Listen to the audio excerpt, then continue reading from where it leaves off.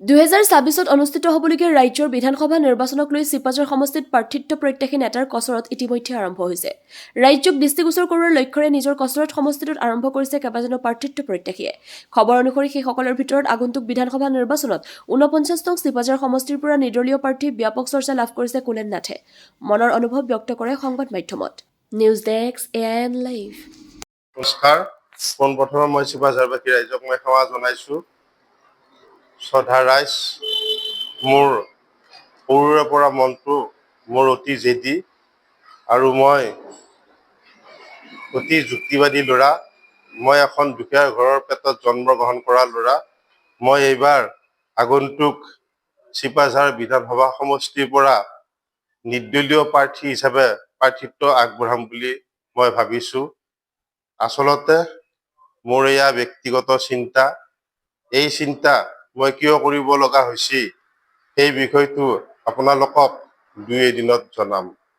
শ্ৰদ্ধা ৰাইজ, আপোনালোকে জানে যে বৰ্তমান বিজেপি নেতৃত্বাধীন চৰকাৰখনৰ মাননীয় ডক্টৰ পৰমানন্দ ৰাজবংশী ডাঙৰীয়া তেওঁ বৰ্তমান ক'ত কিহত বিখ্যাত সেই কথা আপোনালোকক দুই এদিনতে জনাম।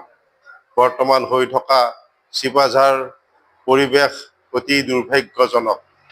পৰম শ্ৰদ্ধাৰ ৰাইজ, আপোনালোকে নিশ্চয় জ্ঞাত আমাৰ চিপাঝাৰ সমষ্টিত 20 বছৰ AGP শাসন কৰিলে, তাৰপিছত 15 বছৰ কংগ্ৰেছ চৰকাৰে শাসন কৰিলে, কিন্তু তেওঁলোকে আমাৰ চিপাঝাৰবাসী ৰাইজক শোষণ কৰাৰ বাহিৰে বেলেগ আমি একো দেখা নাই।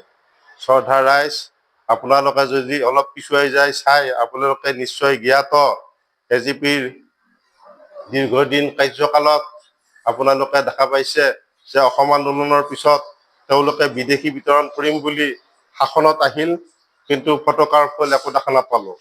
গতিকে তেওঁলোকৰ আমি গম পোৱা মতে আৰু একাংশ মানুহ কোৱা মতে যে পহুৰাতলিত তেওঁলোকে 200 মানুহ সংৰক্ষণ কৰিম বুলি আমি সেই সময়ত গম পাইছোঁ।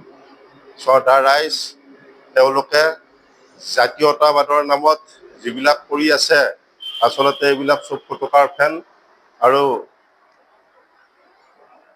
তেওঁলোকৰ গাত মই ক'ব বিচাৰোঁ যে জাতীয়তাবাদৰ এটোপালো তেজ নাই। শ্ৰদ্ধা ৰাইজ, আজি বৰ্তমান বিজেপি চৰকাৰখনে দুখীয়া গৰীব মানুহক চৰকাৰী মাটি এলটমেণ্ট দিছে। গতিকে মই আপোনালোকক ক'ব বিচাৰোঁ AGP চৰকাৰে 20 বছৰ শাসন কৰিলে আৰু আমাৰ ৰাজমন্ত্ৰীও আছিল সেই সময়ত আমাৰে চিপাঝাৰ সমষ্টিৰ মাননীয় বিধায়ক মহোদয়। তেওঁ দুখীয়া মানুহৰ কাৰণে কি কৰিলে তেওঁ মানুহৰ আগত স্পষ্টীকৰণ দিয়ক।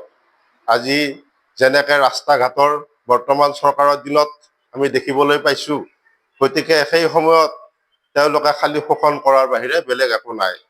শ্ৰদ্ধা ৰাইজ, মই আপোনালোকক কওঁ, মই চিপাঝাৰ সমষ্টিৰ পৰা নিৰ্দলীয় প্ৰাৰ্থী হিচাপে প্ৰতিদ্বন্দ্বিতা আগবঢ়াম। গতিকে আমাৰ চিপাঝাৰ সমষ্টিত যথেষ্ট সমস্যা আছে।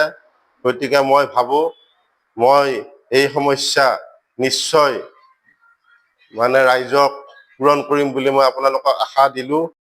যিকোনো খবৰ আৰু বিজ্ঞাপনৰ বাবে যোগাযোগ কৰক 7896121996।